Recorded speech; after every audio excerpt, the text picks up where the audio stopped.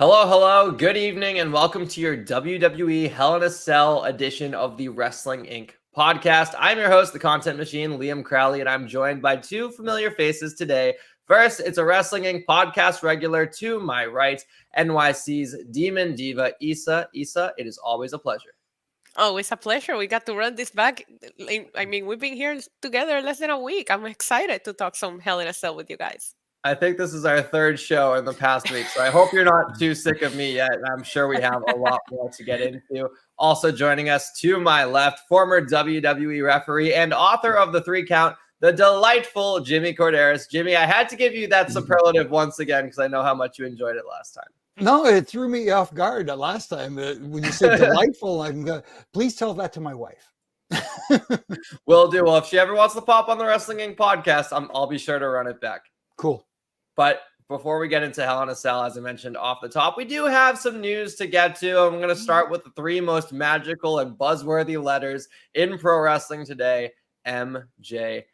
Yes, there are still updates on Maxwell Jacob Friedman's pro wrestling situation. On Friday, he was removed from the AEW Rampage intro package, and he's expected to be removed from Wednesday's AEW Dynamite intro. He was also removed from the AEW roster page. His merchandise was taken off Shop AEW, and he was unfollowed by AEW socials, and he is currently not scheduled for Wednesday's Dynamite this upcoming week. Jimmy, I'll go to you first with this one. Any new thoughts on the MJF situation? Are you still leaning towards work, or does some of this feel shooty to you?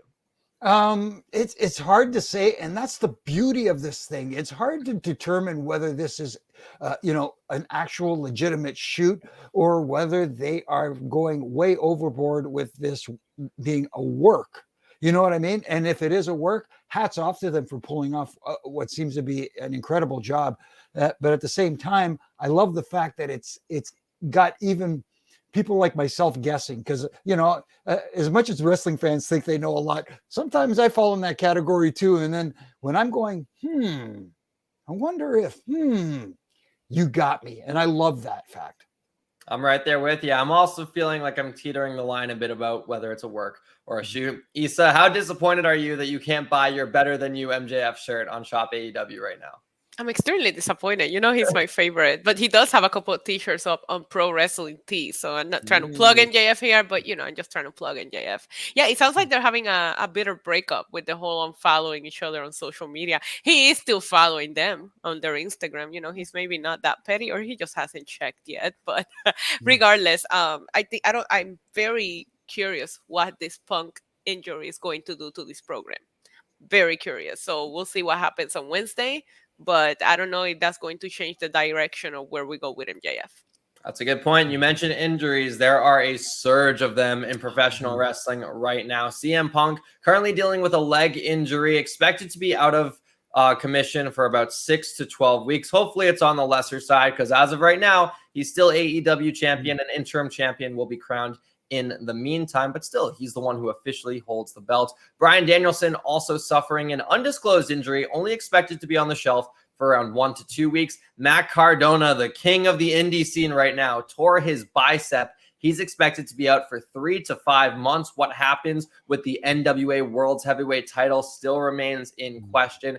And the one we saw tonight, Cody Rhodes with a gruesome torn pectoral tendon, I believe, not the muscle. The timetable is TBD, but most torn pec injuries, 4 to 6 months. Could be out for upwards of half a year. Could be out for the rest of 2022. Issa, I'll go to you first. This surge of pro wrestling injuries right now, what is in the water? I don't know. I don't know if you mentioned Adam Cole and Jeff Hardy also being injured. I mean, we heard from a nasty injury from Jeff Hardy to the point he doesn't even remember this match at Double or Nothing. And I'm hoping that this Adam Cole injury is not too serious, but he was pulled from his match last Wednesday. So I hate the injuries. I want everybody to get better soon.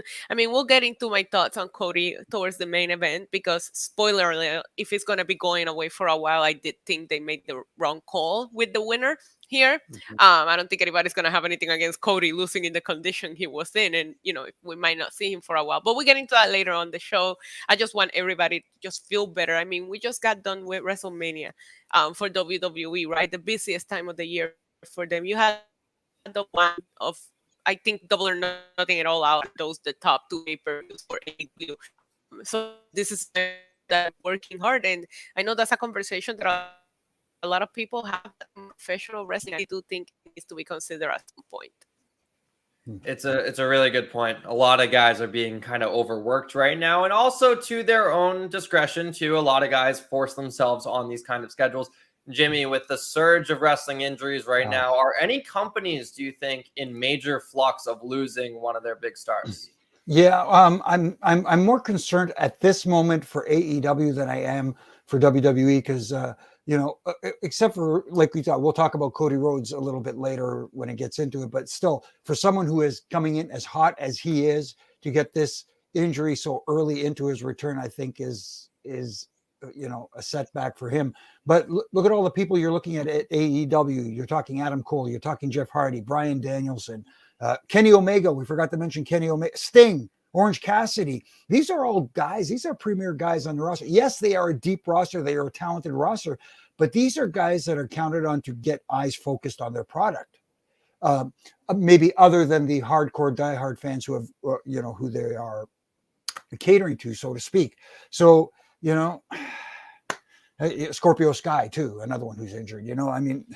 I'm more concerned for them. This is, yes, an opportunity on one hand for others to step up and earn their way into the spotlight, so to speak. But at the same time, these are name value guys that you want on the roster and don't want to see on the shelf for any length of time, really. You don't want to see anybody injured for that matter, but in this business, it happens. It's just the way it is, Absolutely. And looks like we got Issa back in. There she is. Sorry. Glad to see you again, Issa. And I agree with what you were saying, Issa, and what you were saying too, Jimmy. It's really concerning, especially when a lot of these guys are title holders. And even though Cody Rhodes isn't a title holder, for this pay-per-view, he was the top babyface going in. And honestly, it's hard to argue with him being not the top babyface in all of WWE right now with the position he's been put in. Roman Reigns clearly the top heel on SmackDown and all of WWE. But, these guys not being present, not being active on the rosters, not being active on pay-per-views moving forward. Obviously, Cody pulling through tonight. It is a concern and it is a bummer. I remember, if you remember back to, I believe it was WrestleMania 31, where every champion that left WrestleMania 31 was on the shelf for WrestleMania 32. It was like John Cena's United States champion, Seth Rollins is WWE champion, Tyson Kidd and Cesaro. Like every single person was hurt, and everyone was like, "What is in the air? What's going on right now?" It feels like we're in a repeat scenario of that, but this time it stretches across multiple promotions, which is an absolute bummer. We have our first super chat of the night coming from T Smitty 3000, who says Cody being out will lead to a huge babyface Rumble win and ultimately a win at WrestleMania at BTW. Issa, how's Roman? That's right, Issa. We haven't seen the dog here tonight yet. But first, I do want to discuss this question. Is that something that we think is on the cards? If Cody's going to be on the shelf for upwards of 6 months, or Rumble return does seem pretty prime. Issa, I'll go to you first. What are your thoughts on Cody potentially winning the Rumble? Yeah, I guess I hadn't even given that any thought. I had Cody as my pick for Money in the Bank winner. And on top of that, he's all over the billboard, all over Vegas. And the truck that we're driving around last week is Cody Rhodes' face. So I think that would be an excellent way to make a comeback and automatically put him right back in the, in the main program if that's the time period for when he'll come back. I can see that happening, and Roman is taking a nice nap. Jimmy, any thoughts on the tried and true, valiant babyface returning from an injury to win the Rumble and go on to WrestleMania? A tale as old as time. Would it work for Cody? I think it would work for Cody, especially if it is kept under wraps, kind of like the Edge thing was kept under wraps for so long. Nobody saw it coming. And yes, in today's day and age, people are going to speculate about it. But at the same time, if the rumored WrestleMania 39 in LA main event does not happen that everybody's talking about, I'll put it out there, Dwayne "The Rock" Johnson and Roman. If that is not on the table, this match with Cody coming back at the Rumble, winning it, is a perfect story to tell. But even to Jimmy's point, WrestleMania is already advertised to be 2 nights. So even if we can get this night, I think putting Cody Rhodes, I don't know if the titles will still be unified at that point, but even Cody Rhodes could main event one of these nights. You know, to sell SoFi stadiums 2 nights in a row. We did just see AT&T Stadium. Well, I was there and the attendance was incredible. I was there for 32 too, and it wasn't 100,000 people at AT&T Stadium this year like it was at 32. So I can see Cody Rhodes also becoming a second main eventer as well. Who knows? Maybe this injury turns out to be a big blessing in disguise, and we get a really nice storyline with Cody coming back, the valiant babyface. But without further ado, let's dive into the Hell in a Cell match card specifically. We kick things off with the Raw Women's Championship match. Bianca Belair successfully defending her title against Asuka and Becky Lynch, and kind of an unpredictable ending to this match. A lot of people expected Belair to win, but not necessarily by the means she did it with. Belair ended up stealing the pin from Becky Lynch after Lynch hit Asuka with the manhandle slam, and no extra offensive maneuvers, no extra, finishers added to Asuka. She just pulled her off, threw her out the ring, covered Asuka instead. 1, 2, 3, Belair retains. Jimmy, I'll go to you first for this one. Were you surprised by some of the heelish tendencies coming out of Bianca Belair tonight? I was a little bit surprised, especially on the finish there, because babyfaces don't win in that fashion. Babyfaces earn their victories. They don't steal victories. And that's very, like you said, heelish of her to, kind of steal it from Becky Lynch the way she did. It gives Becky Lynch an argument, but at the same time, it gives her a babyface argument, not a heel argument. Look, it was me. I did the damage and you took advantage of my work and that kind of stuff. So it works in reverse. Unless there's something else on the table for Bianca, I don't see why. I think she's a great babyface. She's very, very talented in the ring, and her moveset fits a babyface perfectly. I just don't understand the reasoning for that finish. I will say Bianca was a pretty good heel in NXT, and even though most of the time she was more of a tweener, she was always kind of getting cheered, even when she was a tried and true heel. Maybe that's a way to freshen her character before she gets too stale. Not saying I prefer her either way. Right now, I'm very much enjoying her championship reign. Issa, what were your thoughts on the finish to tonight's Raw Women's Championship match? First of all, I love this match. These 3 women came out there and just killed it. The match felt fresh. In a pay-per-view that was full of rematches, this felt fresh. So I have a fun story for you, Liam. I'm in the car and I have my nephew's wife is visiting. So she doesn't watch wrestling, and I was driving back to my apartment, so we had to start watching it in the car because I didn't want to miss it.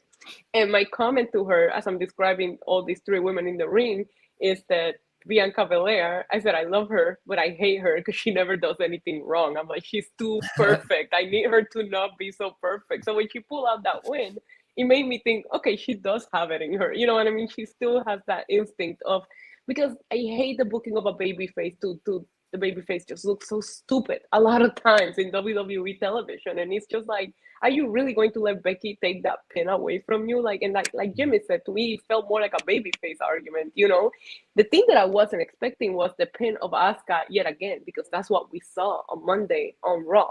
But regardless of how this went, I really enjoyed this in-ring action from all these 3 women. Like, it was the perfect way to start the pay-per-view. I didn't know how Cody was going to be able to perform, so I was almost rooting for this match to go on last in case they were going to have to cut the Hell in a Cell match short, still end it. But I thought this started the pay-per-view, really hot, and I thought that all 3 of them killed it.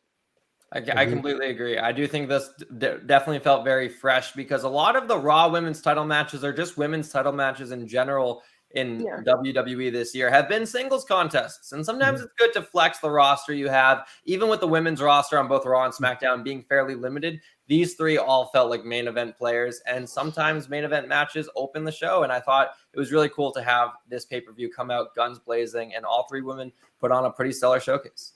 Absolutely. Yeah. And like they said, not all 3 women went over, but all 3 women, I think, got over in this one. Especially Asuka did shine despite getting the pin on her. She shined a lot in this one and looked really good. Issa, any further thought?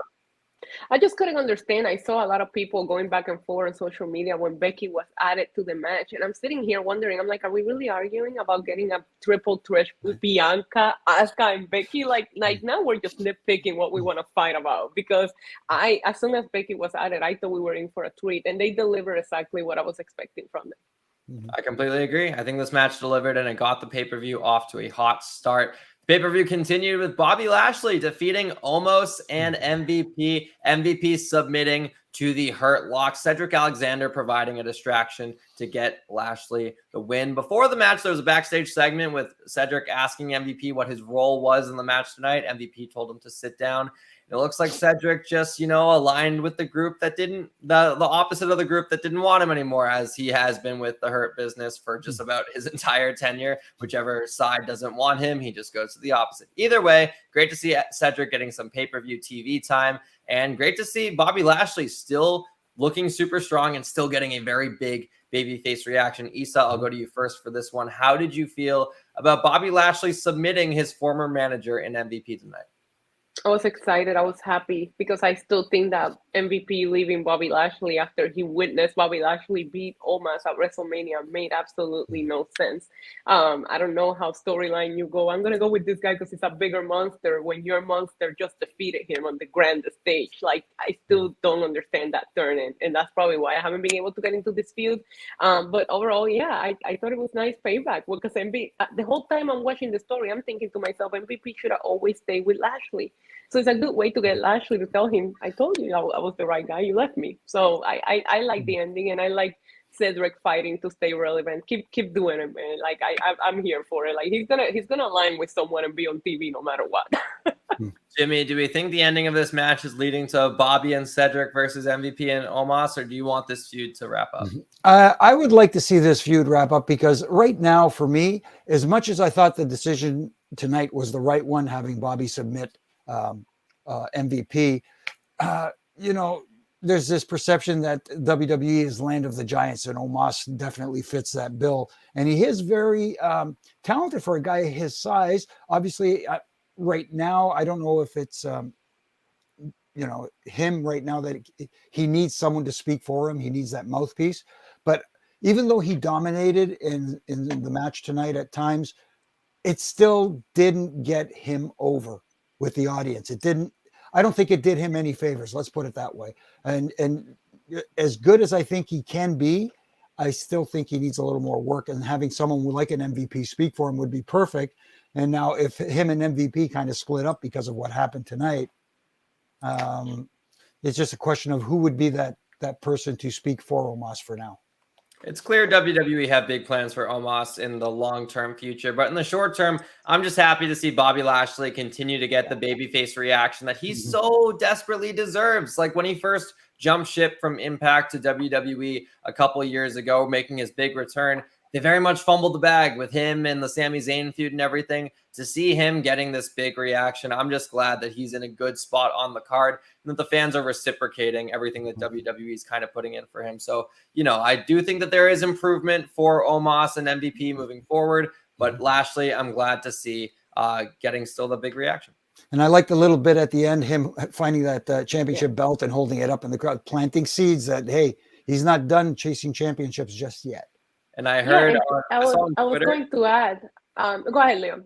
I was going to say, I saw on Twitter, someone said that the referee was screaming, pick up the belt, pick up the belt. So maybe that was not on audio. I personally didn't hear it, but it's clear that this was a deliberate ploy. Sorry, what were you going to say, Issa?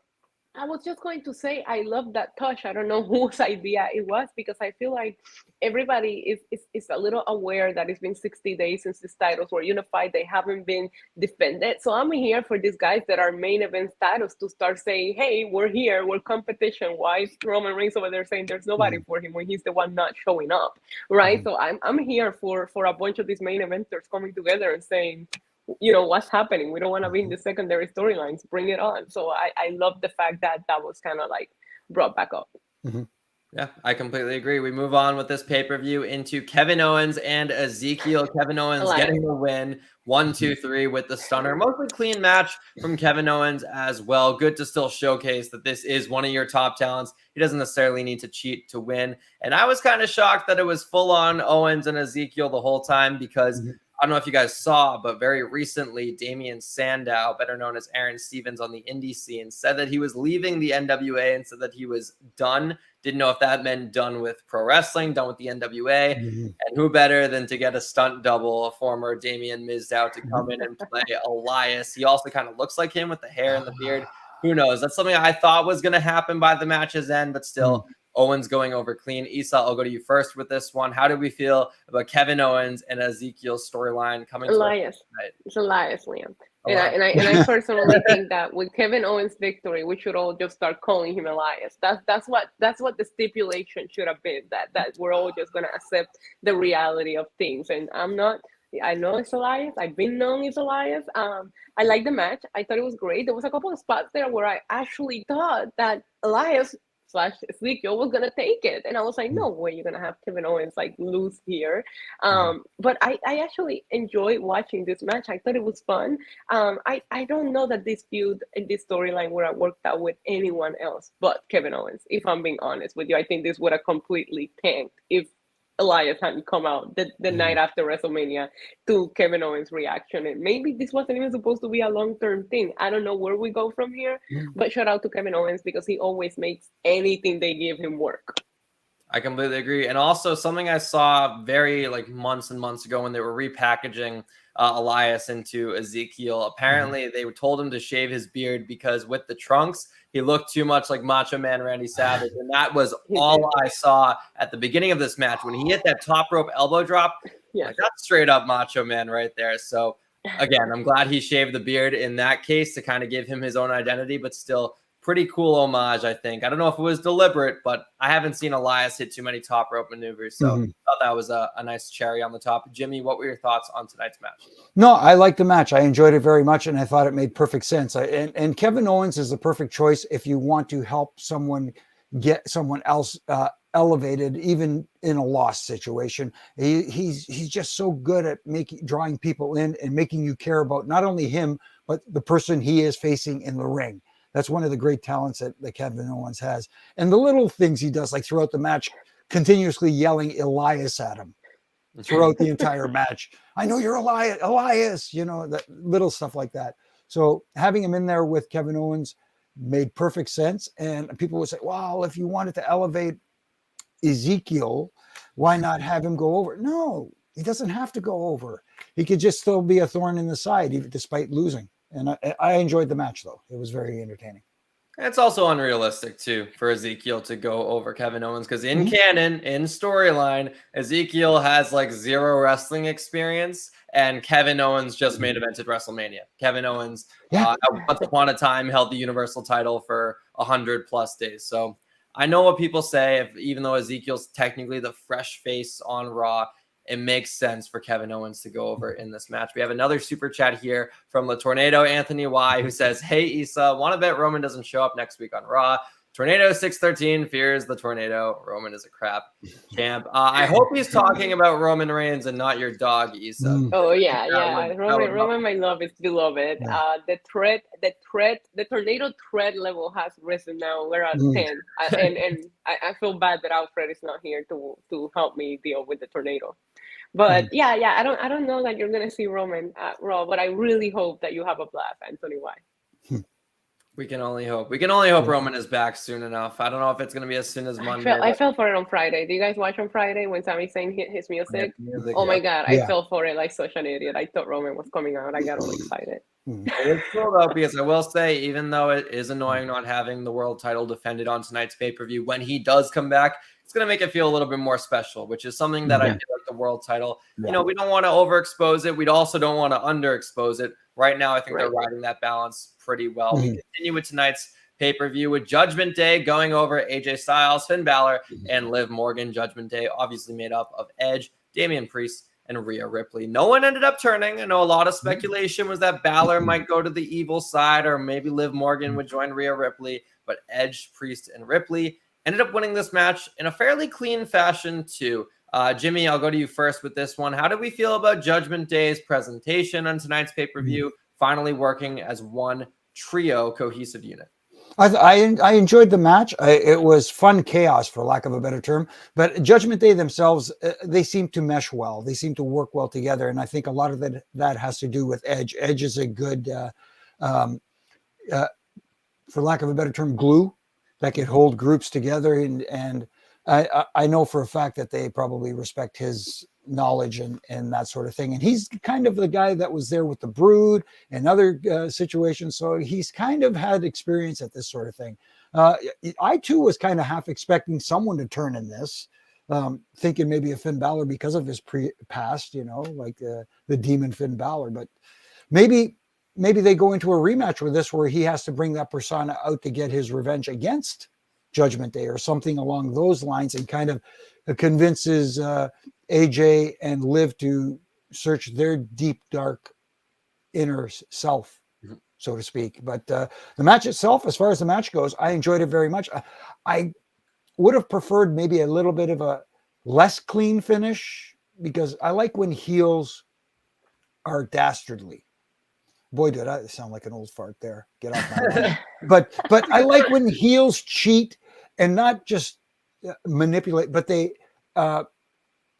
outsmart the referee to win a match by cheating behind their backs, that sort of thing. So subtle little things like that. But, hey, being a former sports entertainment referee myself, I kind of, am biased that way. Right. Lisa, how do we feel about Rhea Ripley getting some action here with the Judgment Day working all together? I love the presentation of the Judgment Day. While I still don't understand why they're together or what their purpose is, the presentation, when they come out, they look like they belong together. Shout out to Rhea Ripley for changing her complete look in her official first match of them as a trio. She wrestled she looked badass. She let her tattoos show. Also, Liv Morgan loved her gear tonight. I always pay attention to the gear. Sorry. I can't help but to always point out the fashion in the shows. That being said, I really, really enjoyed the match. And I feel like, to Jimmy's point, there's so much respect for Edge that I feel like even if what he's trying to tell Judgment Day storyline wise why they're together, doesn't matter what he says is Edge, you're gonna follow him, right? Like, first of all, that's gonna put me on some important level in the card, in TV, all of that. You're going to want to follow Edge, and he comes out with them and he just looks like that leader that you will want to follow, even if he's making no sense, almost borderline cultish, and I'm okay with it, right? I still don't understand Finn, AJ, and Liv, right? Like, when I feel like Judgment Day look like they belong together, these three just look like, let's just get together to fight them, not because they belong together. And maybe that's why I didn't think they had a chance winning tonight. I really would have liked to see, and I know this sounds probably weird, but I really would have liked to see more mixed fighting here, because there was a lot of times in which Rhea Ripley is just standing there like facing Finn Balor. Finn Balor backs up, and in a way, I would have liked to see action between them. And at the same time, it's like, if I'm Finn Balor, I would probably back up from her too, because Rhea Ripley is an intimidating looking woman. But overall, I did like the end. I agree with Jimmy a little bit, but there was a little bit of shenanigans with Rhea kind of getting involved, knowing the guys are not going to touch her, and Liv kind of helping with that. But overall, I did like seeing Edge get the pin here, because Edge wrestling is rare. So I did expect for Edge to be the one to get the win here for Judgment Day. Yeah, and I will say, too, the whole idea of the cohesiveness and everything, it made sense for AJ being there because he was feuding with Edge. It made sense for Liv Morgan because Rhea Ripley had just turned on her. But the Finn Balor stuff, how many times are we going to do? Well, they used to know each other in a certain club. First off, no, they didn't. They were in Bullet Club at different points. They never crossed paths on the indie scene. And second off, just because they have that cohesion, I don't think it would have made more sense if Finn had not dropped the U.S. title to Theory, because Finn is who Priest dropped the U.S. title to, and that's when it would come together. But Finn went on to lose the title after that, so Finn and Priest still having a thing doesn't make any sense when the title has nothing to do with the situation. So if you go by prior feuds, there's a way to kind of put him in there without having to go with the whole him and AJ too sweet at each other, so they belong together. That's weird, And continuing with your point too about the presentation, I love the presentation of Judgment Day. I love the black, the gray, the purple color scheme and everything. Yes. It's just, as soon as they start cutting a promo, do I just I lose my suspension of disbelief, because This is a spooky group. They shouldn't be concerned with the whole, oh, you sheeple, you sit on your couch and eat your Cheetos. I'm like, this is just so like cut, like copy paste, like cheap heel heat. It reminded me of John Moxley, Dean Ambrose saying, you know, he needs to get, you know, his shots so he doesn't get diseased from the nasty fans and everything. It's just like, it makes me groan. It doesn't make me want to boo the heels. It makes me want to turn off the TV. And I feel like Edge, Priest, Ripley, this group is so much better than that. If House of Black is going to call them a knockoff House of Black, you know, Brody King saying that on Twitter, they don't even operate like a House of Black. Sure, in presentation, but once they start speaking, you know, Malachi Black speaks in his satanic cult riddles, and Edge is just very deliberately being like, oh, we're better than you because you're lazy. And I'm like, really? That's the best we can do? This is Edge. This is Hall of Famer Edge, one of the best, like, you know, masters of reinvention of the modern era. Use that. Like, I'm excited to see Edge in this new gimmick, new haircut, new ring gear and everything. I just hope that they, you know, evolve the presentation. And like you said, Issa, why are they together? Jimmy, I know you mentioned, or Jimmy, you mentioned, why are they together? Issa, you said the fact that it's Edge and people would want to follow him. That makes sense to me, but like, let's evolve the message a little bit more. Jimmy, am I crazy for thinking that? No, absolutely not. You have a good point there. And the one little thing that you brought up too, the color scheme. If you think back, the gray, the black, and the purple remind you of anybody else that we see? Another Hall of Famer? Yeah. So maybe it's a little bit of an homage to him, which is cool with me. I you know, obviously showing you know that kind of praise to past superstars, especially ones who are locker room leaders and stuff like that. But yes, I'd want to see a little more evolution from the Judgment Day. Maybe even like we were talking about, add a new member to the group. And I love the way Edge has been teasing it on social media, just popping pictures up of different people all over the place. And you're going, no, I'm waiting for him to tweet a picture of MJF. Yeah. Wow. That would be steaming heat. Yeah, it would. In a good way. Yeah, I would. I think to your point, and I know a lot of people were like, they're named after a pay-per-view. I think the name Judgment Day, and we're here to judge you, or your Judgment Day is upon you. If you use it towards like the realness going on in wrestling and like talk about, you know, like there was a promo that I remember getting so upset because I'm obviously the biggest Bad Bunny fan, but Edge cut a promo talking about how Damian Priest had to play second fiddle to Bad freaking Bunny when he's been busting his butt for 20 years into wrestling. Like, when you talk that way, then I'm going to want to follow you, you know, but when you start coming out there and blaming it on the fans, it's like, so you're going to judge the fans. That's not going to get you anywhere, right? So I want them to kind of like start talking about the opportunities that they're trying to take, or why we're judging you. Like, Finn Balor, we're going to judge you because your career in the main roster has sucked. Like why don't you like make it more real and make it feel more significant? When Edge turned, I remember he cut a promo on AJ Styles when he was like, you were just playing, you know, tag team partner with Omos and not doing anything with your career. Like, when he speaks that way, I'm all in. But when they come out and cut those promos to the crowd, they lose me completely. But presentation wise, like seeing them tonight without cutting a promo, if I'm just like flipping, I guess, through Peacock, I would say, whoa, that trio looks badass, you know? I completely agree. So here's hoping Judgment Day continues to match their presentation on the microphone as well. We move forward through this pay-per-view, and we've had Triple H and Shawn Michaels and their blood feud after a rivalry, after being in a tag team. We've had Dean Ambrose and Seth Rollins, and today in 2022, we have Madcap Moss and Happy Corbin. And I'm only saying that half sarcastically because when I first did one of these Wrestling Inc. podcasts a couple months ago for the Saudi Arabia show earlier this year, and it was Happy Corbin, or no, it was Madcap Moss versus Drew McIntyre. And the Saudi Arabia crowd reacted to that match like it was Hogan and The Rock at WrestleMania in the early 2000s. Like, that was the first time I had seen this feud play out.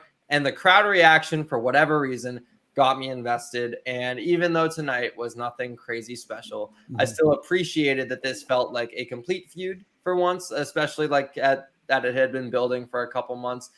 Issa, I'll go to you first. Madcap Moss ends up defeating Happy Corbin in this no-holds-barred match and kind of goes to the dark side for the finish, using a chair around Corbin's neck and hitting it with the steel steps to get that 1, 2, 3. How did you feel about Madcap Moss showing a bit of his dark side tonight?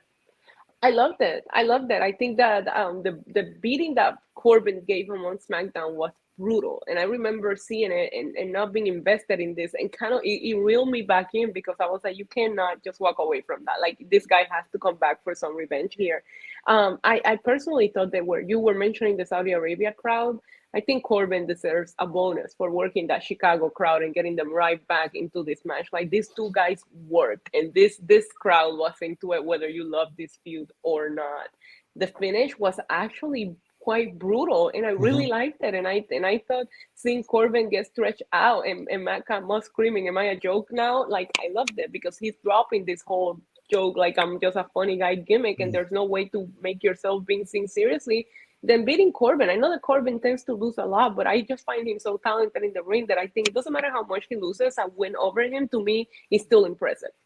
I will say Corbin feels like one of the most consistent acts on WWE programming, and I think he can't afford to lose. Jimmy, a question I want to ask you. Madcap Moss obviously does get the win, but a lot of his personality has kind of been stripped away. Just the plain black ring gear now, no more suspenders. Do we feel like Madcap Moss has a long-term future in WWE, or is the current presentation kind of a short-term before he eventually evolves into something else? Let's just say I hope it's a short-term change, because this whole bad joke stuff and all that kind of stuff could work really well as a babyface as well, him insulting heels and offhanded comments and that sort of thing. But I almost feel like I have to say this, Issa. It almost feels like you've been reading my notes that I've been writing down here, because Corbin is just like unreal. He's one of the most underrated talents on the roster. I don't think people give him enough credit for what he does. And he did make that match, and he got that crowd invested in that match. And a lot of it was, as you said, very brutal, including that ending with the chair around the neck and the stairs shot on the chair and that sort of stuff. But as far as what you were talking about, I just hope that for the sake of Madcap Moss, his character goes somewhat back to what it was, but just transform it into more of a babyface type character, so that people can get invested in him, and not, people are not invested in black trunks and just. Hey, he looks like the basic, you just built your wrestler in a video game model. Yeah, the gosh golly G guy. Yeah, I do worry about his new look. Obviously, like you said, Jimmy, I do think that there is room for evolution in Madcap Moss, especially with the name too. I don't think Madcap Moss is a very money name. I think it worked for the gimmick, obviously, but now that he's into this new phase of his career, hopefully we get some more color. I would love to see him bring back the suspenders. That's something that's unique to him, and it would help him stand out in the long term. A lot of people in the comments here saying that he's going to be the next Batista. I don't know if we're ready to slap that label on him, but at the same time, he is a very built dude, and he's a very powerful guy as well. Issa, I'll ask you this question. Do you see Madcap Moss potentially filling that role of WWE's next kind of muscular monster? Maybe. I mean, the guy has the build. We just need to build him as a character, and because he's been involved with only Corbin, we really don't know what he can do. So I guess I can answer that to you when we see what he moves on to and does next. Bernard saying maybe he needs Moss here, which kind of kills me. Maybe he needs to be Deacon Moss or something like that. I don't know. That'd be fun. That could be fun. I just hope if he is going to get a new name, it's a new name with a first name as well, because WWE superstar Moss just would not work for me. Just like Theory does not work for me. Austin Theory defeated Mustafa Ali to retain his WWE United States Championship. And credit to Ali, a massive pop right out the gate and a lot of Ali chants to open the match, and reminded me exactly where we were. We were in Chicago, Illinois. This is a wrestling town who pays homage to their hometown heroes. And Austin Theory getting the 1, 2, 3, retaining the United States Championship. And Mustafa Ali also taking to Twitter after the match, kind of letting out a melancholic, I don't even know, man. I don't know if that was in response to the main event, looking at Cody Rhodes. I don't even know how he's pulling that off, or if that was an upset Where do I go from here? Jimmy, I'll go to you first with this one. How do we feel about Mustafa Ali taking a loss here to Austin Theory on pay-per-view?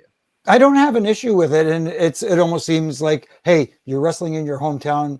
Obviously, you don't go over in your hometown. That's the old adage, especially people put that tag on WWE. But you're right. The crowd was behind him. They were chanting Ali. They were doing all that sort of stuff. And it was a solid match. These guys had a really solid match, I thought. And as the crowd in the middle quieted down a little bit, they got him back at the end, going into the finish, to the point where when they set up for that missed 450 that Ali did before Austin Theory hit his finish, the crowd actually bought in. They thought that was it. Yeah. They had them. They fooled them. And I thought that was really cool. But the match itself, I thought, was really, really solid. These guys worked really well together. Isa, what were your thoughts on tonight's U.S. title match? I feel like there's like a couple of situations where the way that somebody is written on TV can just turn around in just 1 second, right? And I feel like that could have been the moment tonight for Ali. And maybe I was just rooting for Ali here, but tonight it wouldn't make sense for him to go over Theory. He had the crowd and the momentum. You're watching the premium live event and you're thinking, oh my God, this guy's really beloved. You put the title on him and maybe we become more invested, but you have Theory with this, Mr. McMahon's blessing. So you automatically kind of assume that he's not going to win. And I just need this mid-card titles to mean more. And I'm getting my hopes up, and I hope I'm not, whatever. I'm getting my hopes up for the IC title, because I do think it's going to be put on Gunther next week. And I do think that Gunther could go on in a crazy winning spree with the Intercontinental Championship. Theory is not doing anything with the U.S. title. He's not, and neither did Finn Balor. And I think Priest, before joining Judgment Day, he was defending it on a weekly basis, and there was a couple of good matches there, and it was on the pay-per-views. The IC title hasn't even been doing that. But I just really, if you're gonna have Roman Reigns not show up, these titles need to mean something. You cannot rely just on the tag team titles. And I thought tonight it could have been a good moment to kind of like turn the momentum around and give it to Ali, because I know that Ali will put on a good match with a freaking broom if you put him in the ring with, and kind of like build some momentum, because Roman Reigns will not be as missed if all of your other titles meant something, but they don't. And that's the reason why Roman's hole feels so deep right now in the show. And the momentum that Ali had with the crowd tonight, it really, regardless of how you're writing him on TV, you could have kind of like suspend your disbelief and believe, okay, moving forward, Ali's gonna kick butt. Yeah, and sorry to cut you off there, Liam, but to Isa's point about the IC title, for example, back in the day before the US title, it was considered the workhorse championship. Yeah. It was the one that, basically when your world champion wasn't there, he was the guy.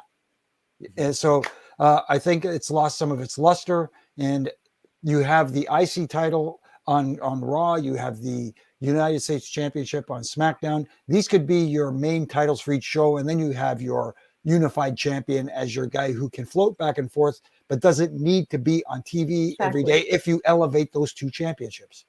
Yeah.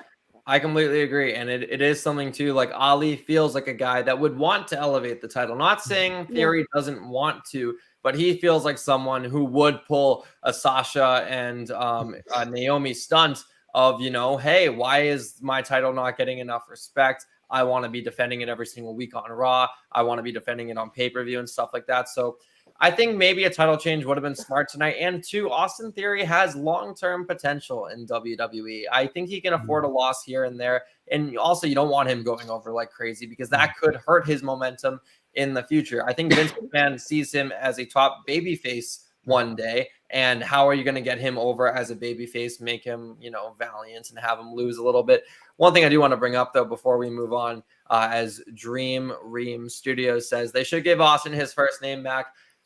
Yeah. I just am so upset at this. Like Cesaro and who's the other one?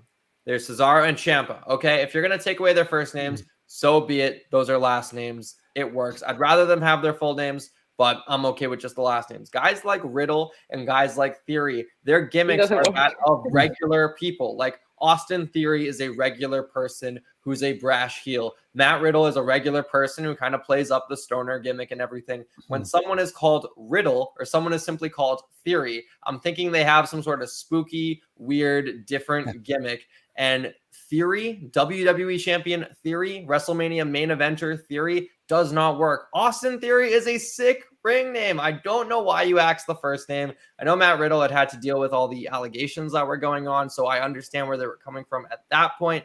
But what's wrong with Austin Theory? It's a money name. It's a WrestleMania main event name. Yeah. Again, I'm frustrated. Unless they're trying to shorten them to one word so that they can sell license plates. I don't know. And how much are you even going to sell at that point? Like exactly. He's champion of the United States, and his title is rarely ever defended. Anyways, let's move on to the main event. He needs to, if he's gonna be a heel or a baby face, like, you can do so much more with him than this stupid selfie gimmick. Like, why isn't he going around saying, if Vince McMahon gave me his blessing, why don't any of you believe that I'm good enough? Like, you know what I mean? Like, there's so much more that you could do with Theory than him taking out with that goofy, dumb face he makes for his selfies. I'm so annoyed by it. I'm over it. The only thing I like about the selfie gimmick is it's a nice little memento of like all of his big wins. You're able to see them on his Instagram, and I'm sure in 10 years we're gonna look back at that and go, "Wow, that's pretty cool that he was able to like kind of keep track of all that." But still, I agree. He's more than that gimmick. He's more than a one-word name. Let's put some stake behind Austin Theory as if he doesn't have enough already. Anyways, we move on to the main event, the match that everyone wants to talk about because of all the wrong reasons, unfortunately. Cody Rhodes makes his entrance, and I'm seeing through the lights of the pyro, through his ring jacket, that pec is pretty messed up, but nothing too gruesome. It looked kind of shadowy. I was like, maybe the bruise isn't that bad. A lot of people were circulating Triple H's torn pec on social media from a couple of years ago, that bad bruise he had right around the armpit area. And I was like, maybe Cody's is similar, but who knows? Maybe it's not as bad. We start the match. He takes off the ring jacket, and oh my God. Jimmy, Issa, I've watched Nick Gage death matches. I've watched Anarchy in the Arena less than a week ago. And the expression my face made when he took off that jacket and he was trying to do collar and elbow tie-ups with one arm, and when he was trying to do dusty punches with one arm, I was like, man, we are in for it. I put in my notes, Cody's pec is effed up. Please end the match. I love your notes. Why is this competitive? Did get the This Is Awesome chance. And Cody ended up hitting 2 crossroads and a sledgehammer shot to the head for the 1-2-3. Issa, I'll go to you first with this one. What was your just initial gut reaction to Cody stepping in the ring? Okay, now, I do want to preface this with the promises WWE made on social media and commentary was Cody Rhodes has vowed to step inside Hell in a Cell. I thought that's all we were going to get. He was going to step inside. Seth was going to attack him. Everyone would go, oh my God, Seth is such a bad heel. Hell in a Cell is off. Whatever. We got a full match. We got This Is Awesome. Yep. We got major pops. It was done with a lot of asterisks, but still, we got a full match out of it. Your reaction to Cody Rhodes going through with this contest? Okay, I'm gonna be really honest with you because I give Cody Rhodes so much respect for what he did tonight, and at the same time, I want to punch him for stepping in the ring tonight, right? But because of him taking that jacket off and us seeing how bad the injury really was, it took away from seeing Seth Rollins with the polka dot outfit. When I tell you, I scream out loud. And then I felt like an idiot for being behind Seth Rollins when I see Cody Rhodes all messed up, and I'm like, well, now I'm a mean person because I made fun of him because of what Seth did, right? But Seth Rollins and the mind games, he took me back to the Royal Rumble when he came out doing the Shield thing to Roman Reigns. Like, Seth is on a different level right now, which is why I said it earlier. If Cody has to go away and he wrestled this match in this condition, nobody would have questioned if Seth won tonight. Seth Rollins just, and it doesn't hurt him. Seth is at such a level right now that losing these 3 matches to Cody doesn't affect him. But I really, really like, what does that tell you about Cody Rhodes? He just lost to a one-arm man. What does that? I mean, I'm sorry. What does that tell you about Seth Rollins? You know, but it was uncomfortable to watch. You know what I mean? Like at one point, Cody Gray says on commentary, "Please, Cody, just stay down." And I out loud say, "Seriously, please, just stay down." I can't believe that he just pulled it, and I really do believe that's the kind of guy that Cody is, and I think that Cody and Seth knew going into Hell in a Cell, being the only cell match that the pay-per-view depended on them. And they delivered to the best that they could, given the circumstances. I mean, I have so much more respect for Cody after tonight than I did before. And at the same time, I feel like he's an idiot for making his injury possibly go on longer, for doing this match on a pay-per-view that felt like a throwaway even before we found out that he was injured. So, I mean, the fact that they gave us a competitive match, I just wish that Seth would have gone over given the circumstances. We know he's going to have to go away for a while. I think Seth could have used the momentum from the win. And when Cody comes back, nobody's going to be like, oh, he lost his last match. Yeah, he was handicapped. You know what I mean? So, yeah, I have mixed feelings about this. Stellar Justin Lopez sending in a super chat. Thank you so much. And great to see you, Justin, as well in the chat. Bringing up our next point, though, the one I wanted to toss to Jimmy with, so it all works out perfectly. Two things. Number one, Cody just became a bigger star for doing that. I completely agree. Two, WWE had an out with that visual. Does it hurt Seth losing to a guy with one arm? Jimmy, what are your thoughts? Look, it could have hurt Seth losing to the one-armed guy, like you said, but at the same time, why not after the match have Seth really take him out? Yes, he was selling the sledgehammer shot after the two crossroads and blah, blah, blah. You know, Cody could have been in the ring celebrating one arm up in the air and really selling his stuff, because he, you know, hats off to him for gutting it out, because I can't imagine what kind of pain he was probably in. But at the same time, you know, after the match was done, after there was enough time for Seth to come out of the cell, so to speak, and pick up that sledgehammer and go to town on that shoulder and really take out Cody, maybe you can get some of that heat back despite losing the match. You know, you're the reason why Cody is on the shelf for 6 months or whatever the case may be now, despite the fact that you lost to him. You know, you can still get your heat back, maybe. But I don't know. I thought it was curious how you have Cody defeat him, the one-armed man defeat him, but at the same time, you know, Seth basically losing all the steam.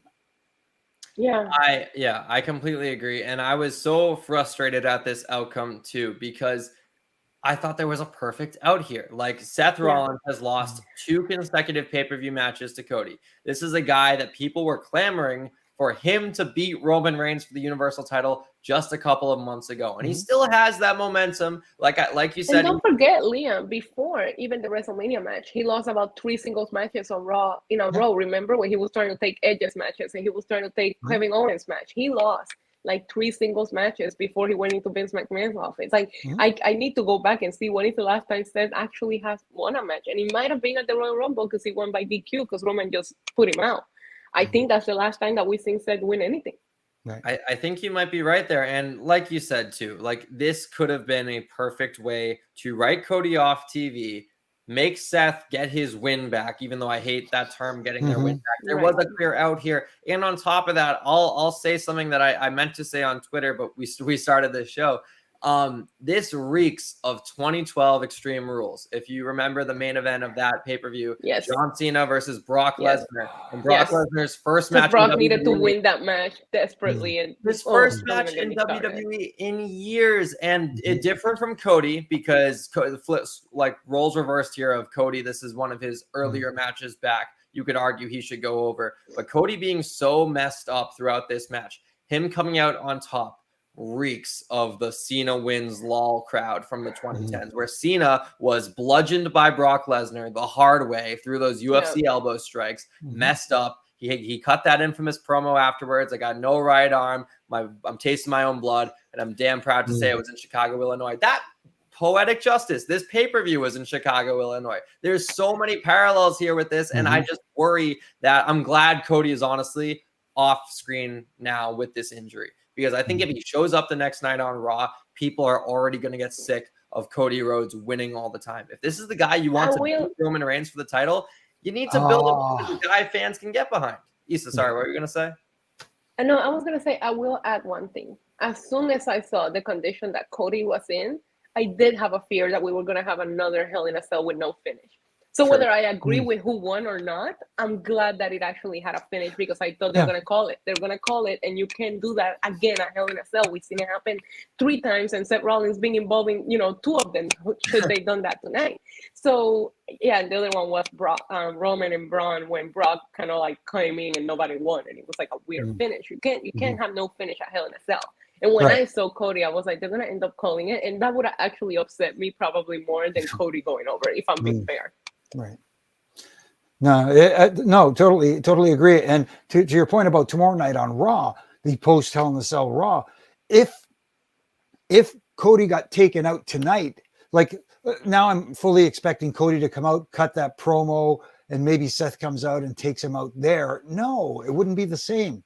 It would have been better, in my opinion, if Seth took him out tonight, because people remember the last thing they see. And if it's the last image they see is Seth Rollins standing over a broken Cody Rhodes, Seth can come out on Monday Night Raw and cut that scathing promo, which we know he can, and get some of his momentum back, if not like get all that heat back.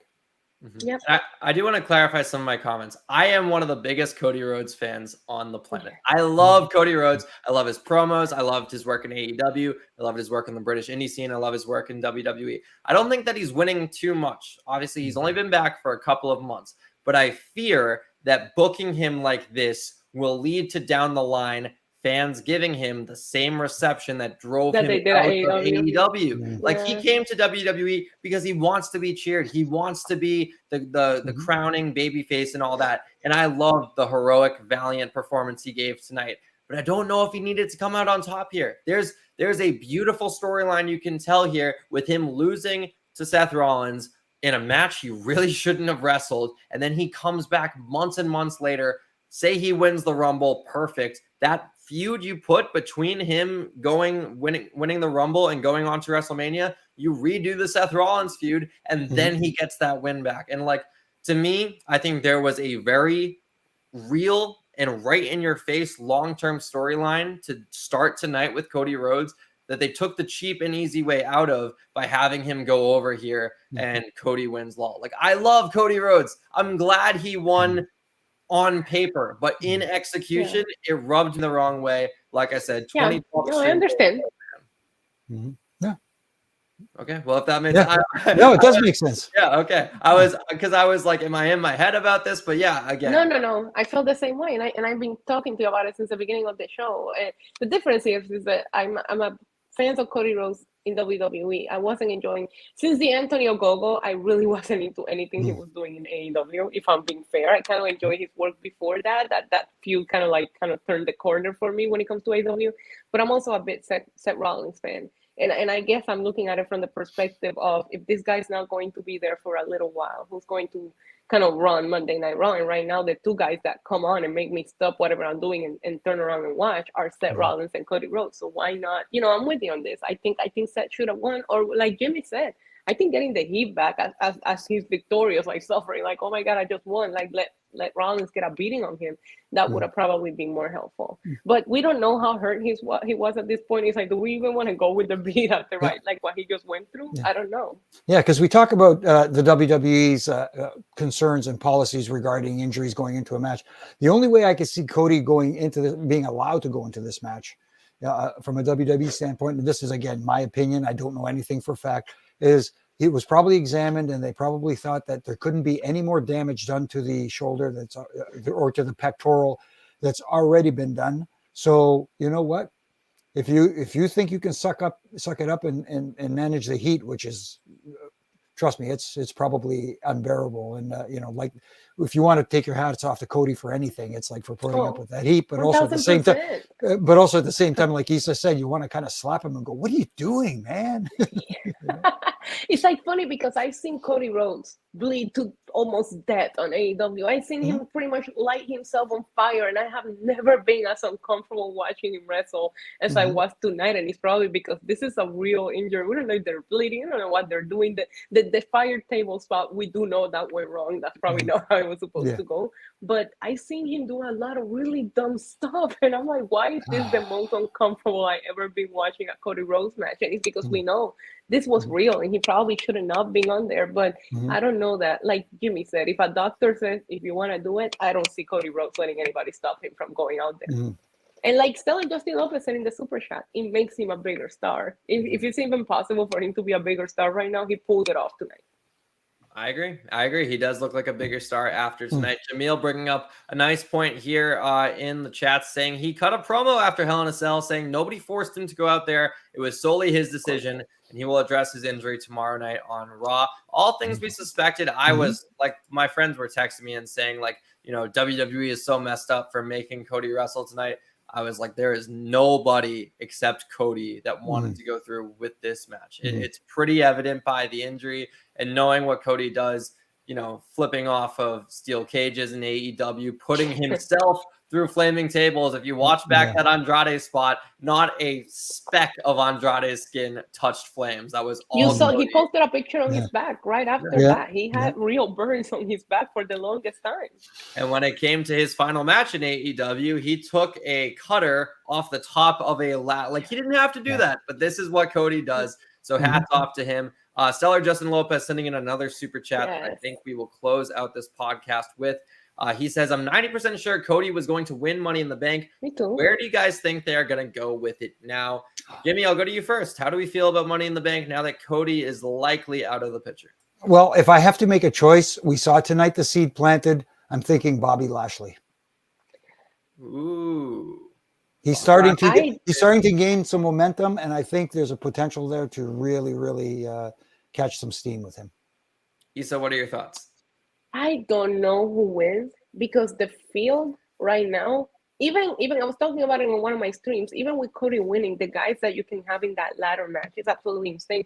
You can even go with just former champions right now. You have Seth Rollins, AJ Styles, Finn Balor, Kevin Owens. Like this could be one of the Edge. This could be one of the best freaking ladder matches we've seen. And we don't even know if this is gonna press the panic button because Roman and Cody are now out. We might get Cena and Brock added to this edition. Like the possibilities, even without Cody, are endless for having a really badass Money in the Bank winner. I'm excited. I'm excited too. And as for who can actually get the briefcase, I really don't know because as the Money in the Bank briefcase, mentioned Drew McIntyre. I'm horrible. Sorry. Well, he did already declare he's going to be facing the champion at Clash at the Castle, if I'm not mistaken. So I don't know. He could still be the briefcase holder, but he already has a championship match. That doesn't count as the briefcase cashing in. So that's true. Right, that's what Seth. Remember, Seth did it back in 2015. He had that world title match with Cena and Brock Lesnar while he was still holding on to the briefcase. So. Yeah. The biggest issue with Money in the Bank this year, I feel like, is I want the briefcase holder to be someone who could realistically take the title. And there is no active competitor on the roster right now that I see beating Roman Reigns for the undisputed championship. I'm gonna say AJ Styles. We seen AJ Styles and Roman Reigns feud a long time ago. The roles were reversed. They put on some incredible bangers, and this is when AJ was the heel and Roman was the babyface. Even if AJ doesn't win, I would love to see the dynamics change in a feud between them and one more match. It wouldn't hurt anyone. Kelsey says, I still think Cody wins Money in the Bank. With one arm, damn it. Very bold take. I will say, you know, there's ways that they could protect him and have him climb a ladder and get a briefcase. Have him come out like Brock Lesnar did back in 2018 at the last 10 seconds of the match. Where he comes out in a scissor lift and anyway. And you know, he has that contract for up to a year, so he could just take it and then hold it while he's injured. I don't know. Again, though, I think if we had Ellsworth win it for Carmella, have Brandy Rhodes win it for Cody. Oh my goodness. Yo, I would go crazy for that. Where WWE goes from here, who knows? But here's hoping, you know, Cody Rhodes gets healthy soon. CM Punk, Bryan Danielson, Jeff Hardy, Adam Cole, Matt Cardona. The list goes on and on, guys. It is ridiculous. I hope everyone gets healthy soon because we want pro wrestling to be at its peak. And a lot of those guys are contributing for the reason as to why we are in such a boom period. But that's going to do it for our WWE Hell in a Cell review edition of the Wrestling Inc. podcast. Jimmy, Issa, thank you so much for joining me. First, Jimmy at Jimmy Korderas on socials. Do you have anything fun going on that you'd like to plug? Lots of things fun going on. I do my weekday ref and rants, which you can catch Monday through Friday, where I have, it's just a 1-minute video. It's not very long, and it's just a little thing that I critique that I like to have a little fun with. And you can get your ref and rant t-shirts at prowrestlingtees.com as well. And if you want a private one, I'll even put on a ref shirt and do it for you on Cameo, and you can get a private ref and rant there if you like. Hey. Ooh, okay, a little extra perk. I like it. Issa at Twitter, on Twitter, excuse me, at NYC Demon Diva. The I is a number 1. Do you have anything fun going on that you'd like to shout out? Yeah, I'm currently on the road to 20,000 subscribers. So if people could just search NYC Demon Diva on YouTube and go subscribe to my channel, greatly appreciate it. And other than that, you guys can find me here. I think I just did like 6 shows this week. So I'm taking over Wrestling Inc. apparently. I love it. Nice, I love it. nice. Issa is everywhere. I believe I'm going to be back tomorrow, technically today, as the clock has turned midnight here on the East Coast for the Raw review. So check me out there on the Wrestling Inc. podcast tomorrow, Monday. I think I'll be joining you tomorrow. Well, look at that. Me and Jimmy running it back, and maybe Not me. I'm going to be your Tuesday, Wednesday, and Friday girl this week. So Okay, so still put it in the work, There just you go. taking a well-deserved Monday There off. you go. Again, thank you so much, Issa. You can find me on socials at Liam T. Crowley for all the latest updates on everything going on in my life. Wrestling Inc., The Direct, wherever you can find updates there. Thank you all again so much for tuning into the Wrestling Inc. podcast. We hope you enjoyed Hell in a Cell. We'll see you all again very soon.